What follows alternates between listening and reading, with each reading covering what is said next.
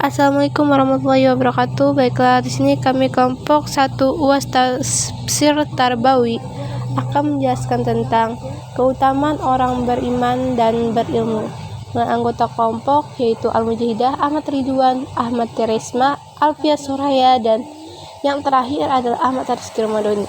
Langsung saja ke bagian materi. Yang pertama, keutamaan orang beriman dan berilmu.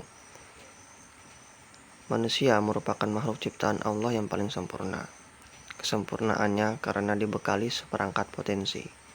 Potensi yang paling utama dalam diri manusia adalah akal.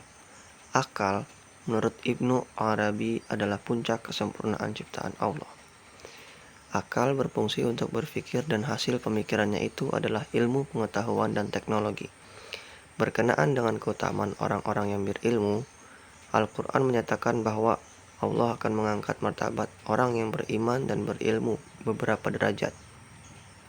Dalam ayat lain, Allah menyatakan bahwa tidaklah sama orang yang berilmu dengan orang yang tidak berilmu.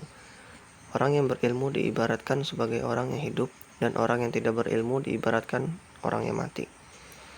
Orang yang berilmu laksana orang yang dapat melihat, dan orang yang tidak berilmu laksana orang yang buta.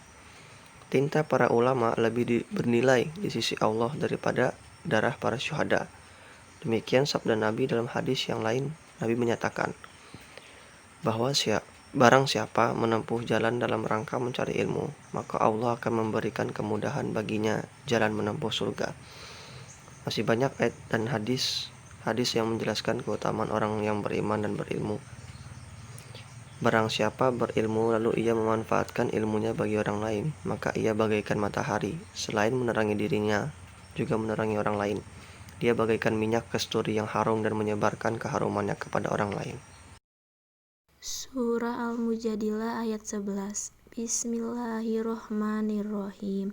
Ya ayyuhallazina amanu izza qila lakum tafassau fil majalisi fa'unsahu yafsa'illahu lakum wa iza qila unsuzu fa'unsuzu yarfa'illahu allazina amanu minkum wallazina utul ilma darajatil wallahu bima ta'maluna khabir. Artinya, hai orang-orang beriman, apabila kamu dikatakan kepadamu berlapang-lapanglah dalam majelis, maka lapangkanlah, niscaya Allah akan memberikan kelapangan untukmu.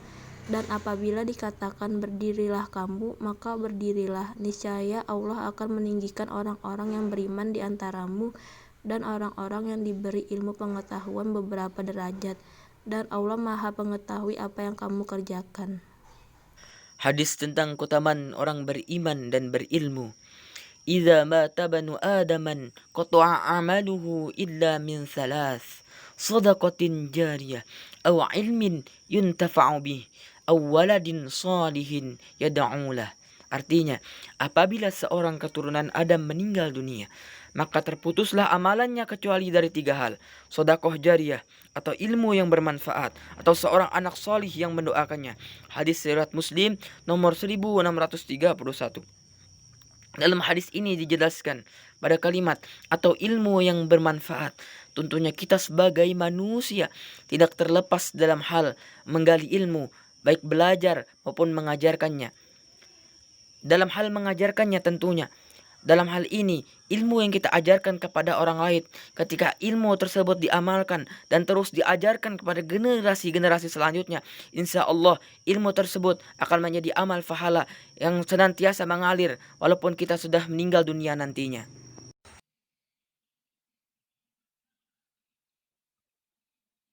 Dari ayat Al-Quran dan Al-Hadis, Allah SWT tidak menyamakan kedudukan orang yang berilmu dengan orang yang tidak berilmu, karena mereka adalah mujahid yang memperbaiki dirinya, memperbaiki orang lain, dan melindungi agama Allah dari setiap perkara yang bisa merusaknya.